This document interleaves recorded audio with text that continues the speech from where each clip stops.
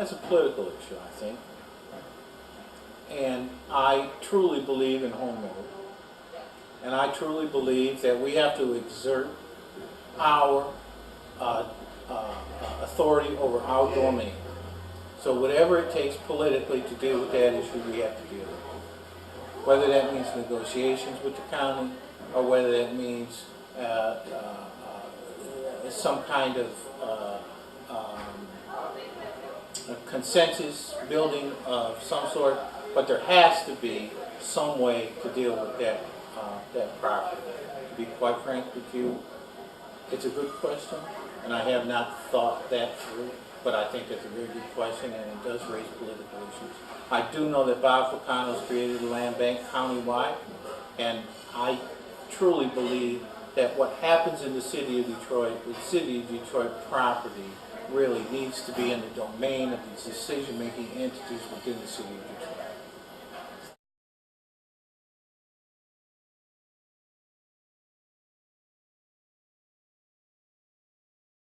I don't think that the two are mutually exclusive.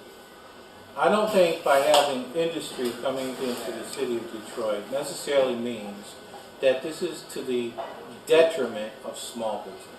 I think small business actually is a cornerstone of the redevelopment of the city of Detroit. I think on the east side we have the development project that goes on Woodward Avenue.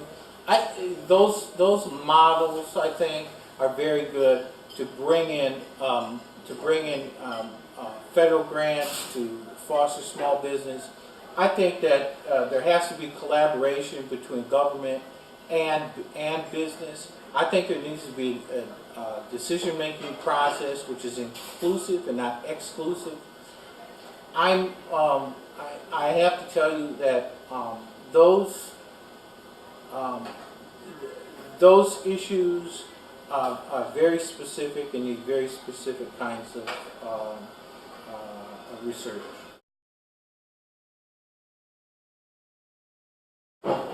You know what, to be quite frank with you, I think there needs to be a review of all of the projects dealing with vacant properties and demolition of buildings, not only commercial buildings, but also in the neighborhoods.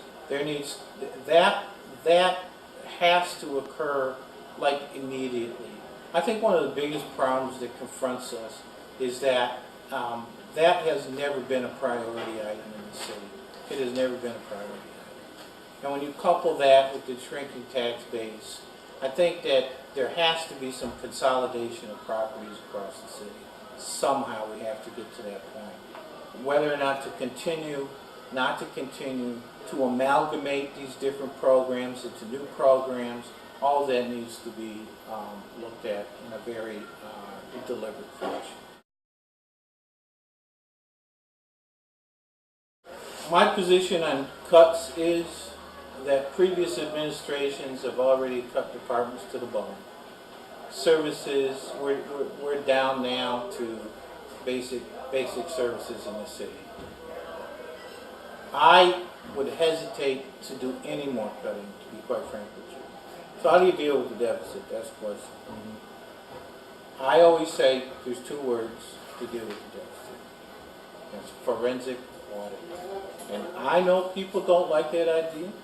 I know that people are, they throw their hands up and they say, well, if we have a forensic audit, then the next thing you know, we're going to have federal government or state government coming into the city of Detroit, and there's going to be receivership or yada, yada, yada. Look,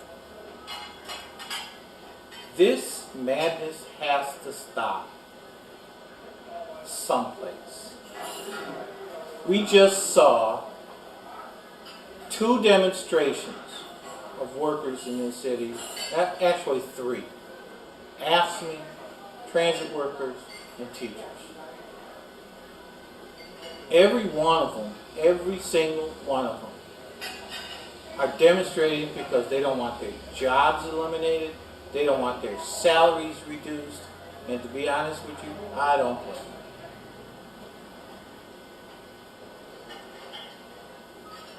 Mr. Bob in the Detroit Public Schools has gone in and found an outrageous amount of graft and corruption that penetrates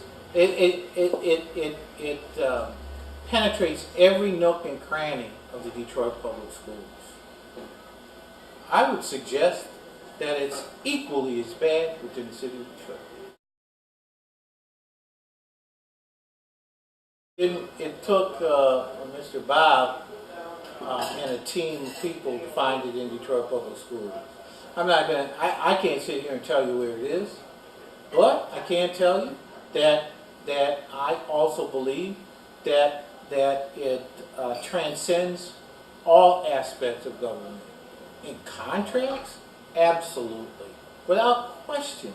Look, 15 years on Detroit Wayne County Community Mental Health Agency dealing with a $530 million budget. I can tell you that Wayne County is balancing their budget on the backs of the mentally ill. I can tell you that contracts, no big contracts for services for the Department of Children and Children and Family Services, no big contracts going into that department without performance audits, without fiscal audits, is outrageous. And that's just a $530 million budget, and you're talking about no big contracts to a government agency. I can also tell you, I can tell you line and verse with regards to the mental health budget, how money is being taken out of that budget, and that the county is balancing their general budget on, or their general fund on the backs of the mentally ill. But look, I left that mental health department back in November of last year because I was tired of fighting. I was tired of 15 years of fighting with the county government. I am telling you, as I sit here, I know that the same thing exists in the city, and it has to end. And the only way to do that is to have independent auditors. If you don't want to call it a forensic audit, call it something else. But somebody has to come in. They have to find the graft. They have to find the duplication of services. They have to find the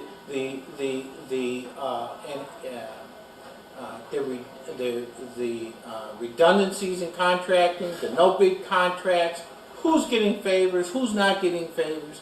That's what I think needs to occur. And if I'm elected to be on city council, I'll not only promote it, I'll scream for it. Is the enforcement issue, does that fall under the responsibility of a legislative body? Sometimes I have a little difficulty with those kinds of questions, because I think, I believe that those issues are issues of the executive branch of government. Mm-hmm. Now, certainly there's oversight. So, if the legislative branch decides to exert a certain amount of oversight in the budget process to make sure that the established ordinances or the rules are followed, which have been in place by previous administrations or other ordinances, then I would suggest that it's lawsuit time. You got to force the executive branch of government to take care of their business, to make sure that they follow the rules and do what they're supposed to do. Certainly, because the city council has to approve contracts, mm-hmm. and there's a review and overview of the contracts to make sure that the ordinances or the rules are followed. Well, certainly that's logical that it happens.